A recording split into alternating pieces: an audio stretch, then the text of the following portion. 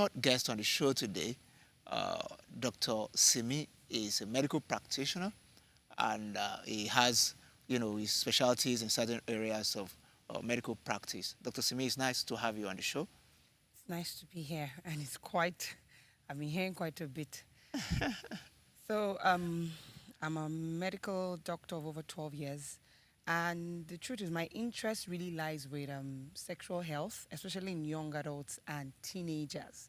Okay. So, I've realized that I enjoy, not really enjoy, but I always want to hear their views and sort of advice on what I need them to do or how to basically help themselves in situations like this and all that. So it's quite interesting that we're talking about sexuality in the singles, yeah, and everything, yeah. Okay, so for you, as someone who knows the science of what we're talking about, and beyond your learnings, you also have interest. Mm.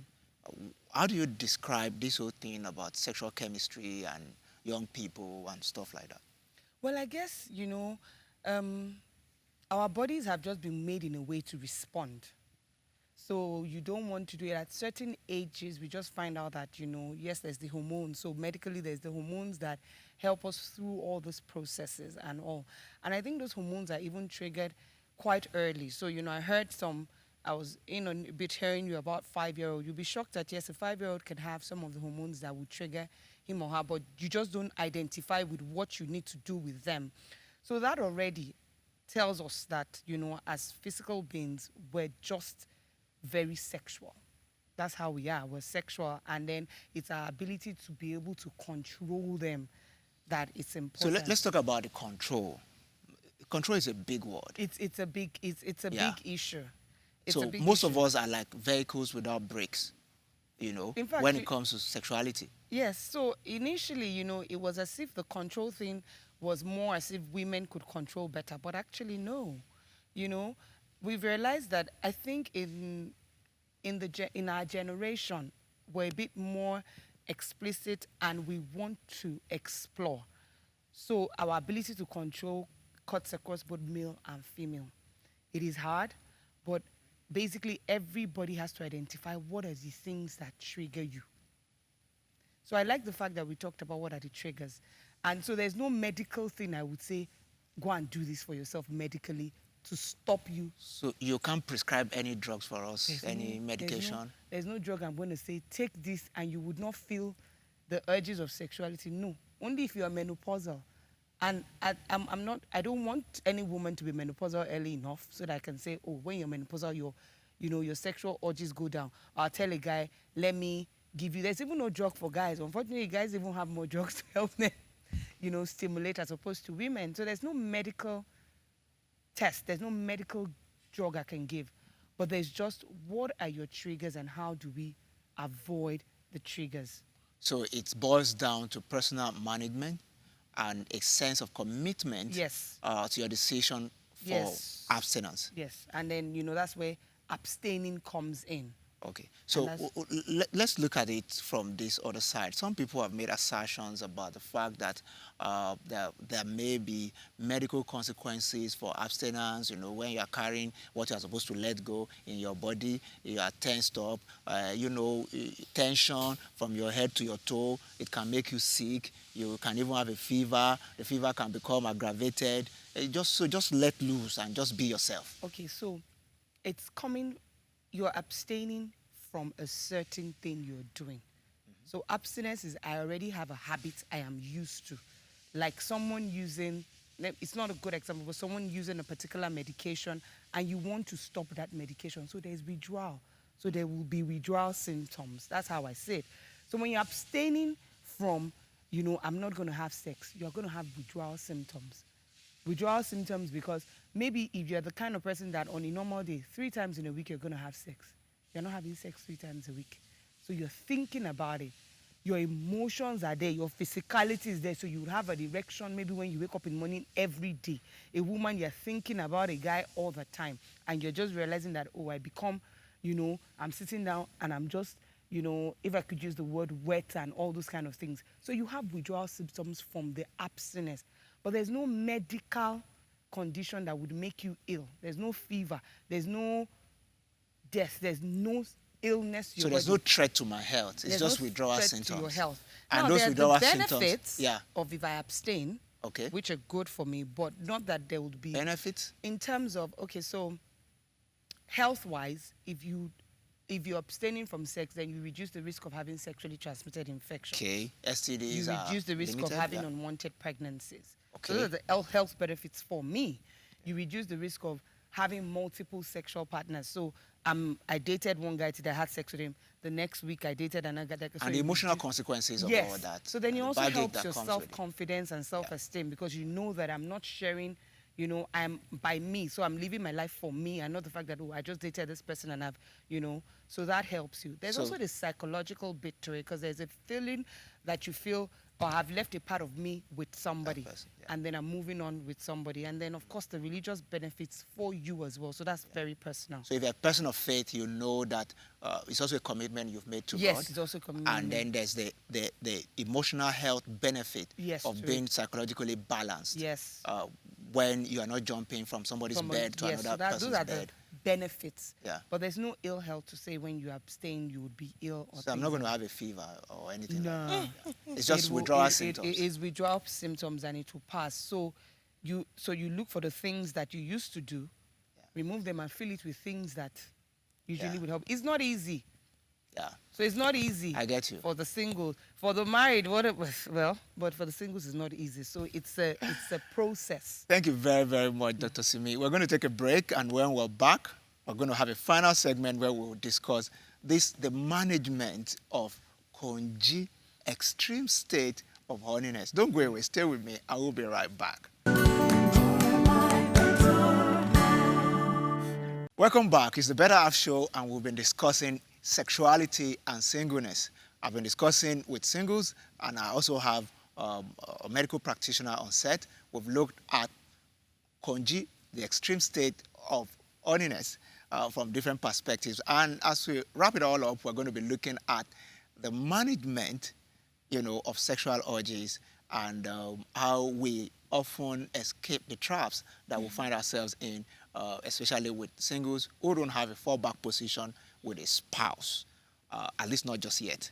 All right, so practical ways. Noel, let me start with you. They say ladies first, but I'll single you out this After time around. men. Yeah, after men. Okay, after men. Okay, practical ways for me have been to, first of all, take away my triggers Okay. consciously. It hasn't been easy. I failed a couple of times at doing that. But taking away the triggers also doesn't just suffice. I am abstinent also partly because of my faith. I noticed that even at that, it was like just doing it by the rules. I still failed.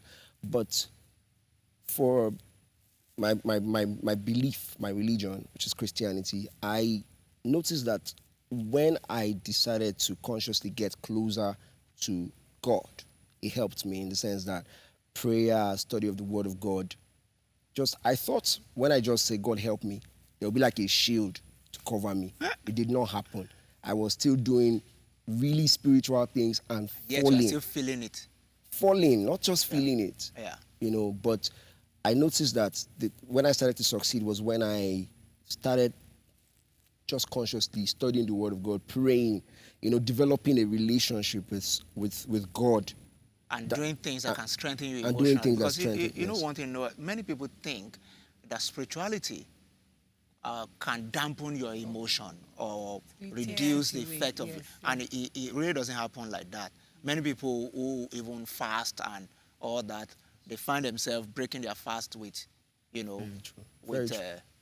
you know what I'm talking about. As Just- once I was reading the Bible, Yeah. And there's this lady behind me. We're traveling, and so I was reading the Bible, and I was trying to study the Word of God, and I was like, God, and she was still, what are you doing? What are you doing? Reading the Bible? And I was like, God, see me. And you're already feeling that in your body. Once we got to where we were going, I got to my room. Then she came to my room. See your room. And then I tried to do one or two things. I can't remember. Then she just held me in a position and that was it. something. The rest, So- like they say, is history. Telling you, close the Bible. So, okay, sorry, practicals. Yeah. Without shrouding it in any sense of spirituality or faith or So, yeah. like he also abstained from my triggers. Yeah. I listen to music, even though sometimes music doesn't help because it's an extreme state of holiness. So sometimes music doesn't even help. But I have a friend I call. I have a safe line. I have an accountability partner, basically. So I call and I talk things through. And I also call her when I meet, because fine boys are the main issue. So when I meet the fine boy, I call her, I just met fine boy. Yeah. So when I'm calling, I'm like, fine boy, this is the matter. So it helps me a bit. And then also I abstain from the fine boy and the communication. Anything, sexting, meetings, stay in the same room, all those troublemaking situations, I just don't put myself there.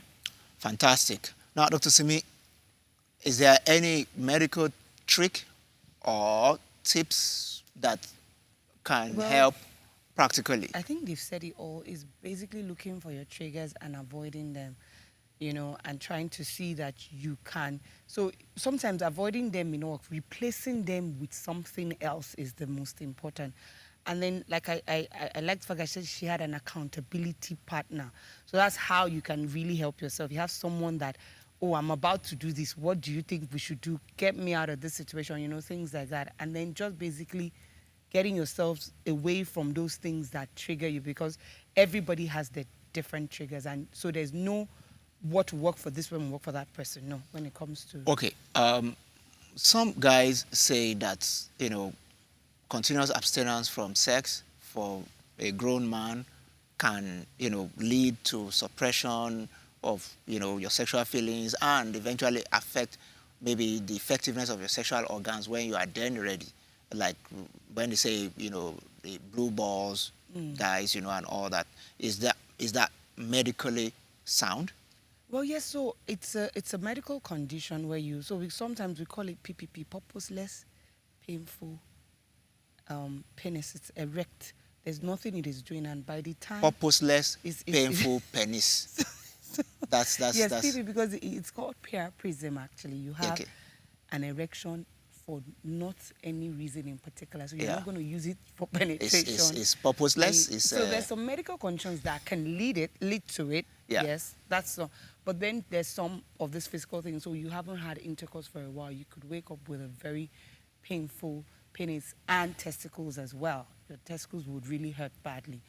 And well, medically, so if it doesn't go down within some minutes to hours, it's a medical emergency that you have to get to the hospital so that we can sort of do like a relief of it. But if it's the kind that will go down, but you just have a very painful testicle, then having a warm bath, taking some pain medications, that's just going to help to do that. But apart from that, another way we could say is you just have to let it out. So they have to find a way to have an ejaculation, basically.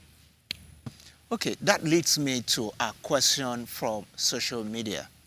Uh, we often allow our followers to send us questions based on the topic that we're discussing. And this question is from social media. It says, many articles claim that medical science purports that masturbation is safe, healthy, and even encouraged. Is this true or false? Okay, so I'm going to stay in the middle. So there's no true, there's no false to it. Okay. Now, masturbation is the act of you giving yourself sexual pleasure. Yeah. Now, is there any harm to it? No. There's no physical harm to it. Is it healthy? What's the healthy benefit of you? So emotionally, yes. So when we say someone is healthy, there's the emotional, physical, and psychological bit. So if your emotional health is good from having masturbated, then to a level it is true, it is healthy for you. But then also there's also individuals.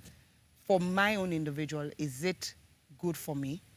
Depending on your beliefs and your religious state. So if your belief is one that says no, then it's not good for you. So there's no good or bad to masturbation, in all honesty.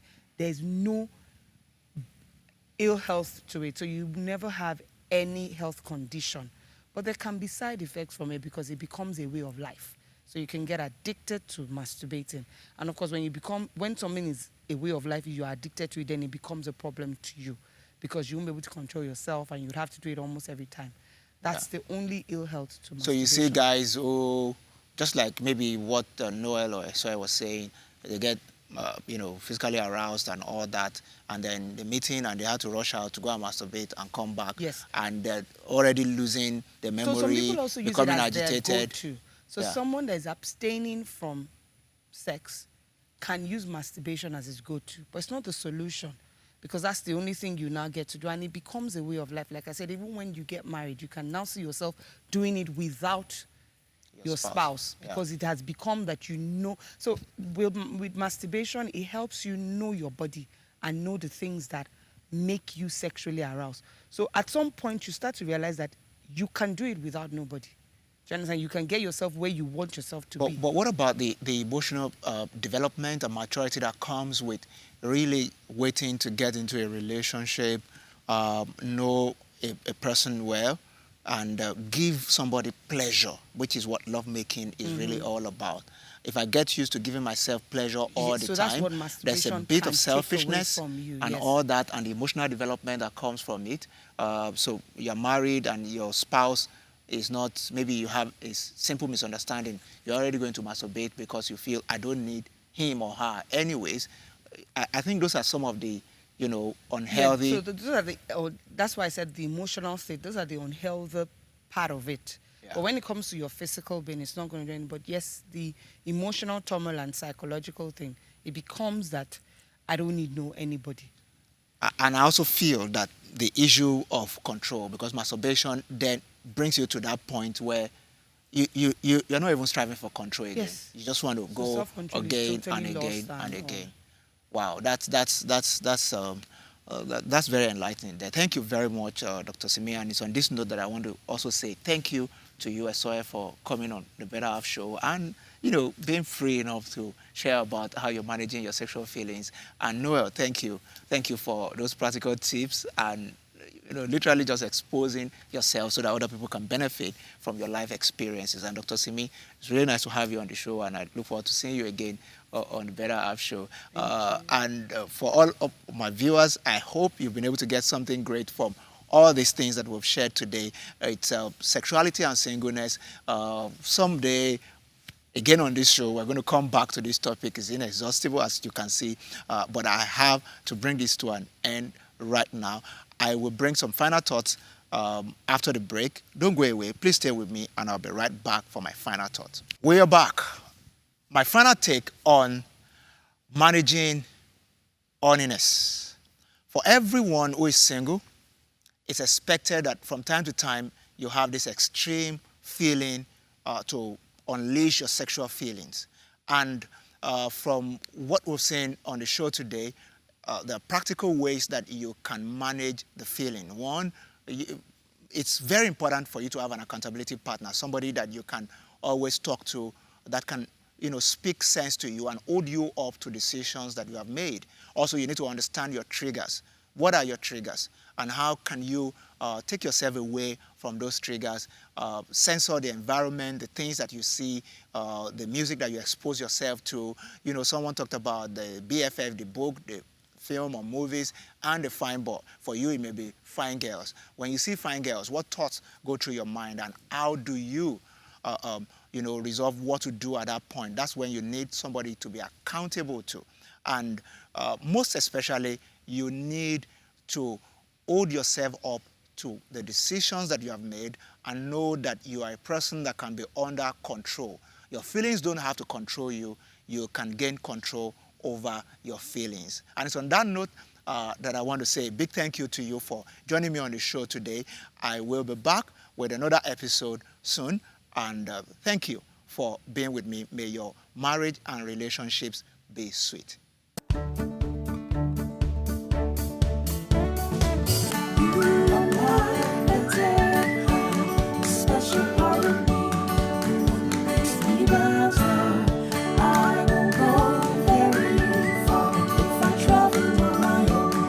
Why I'm not alone.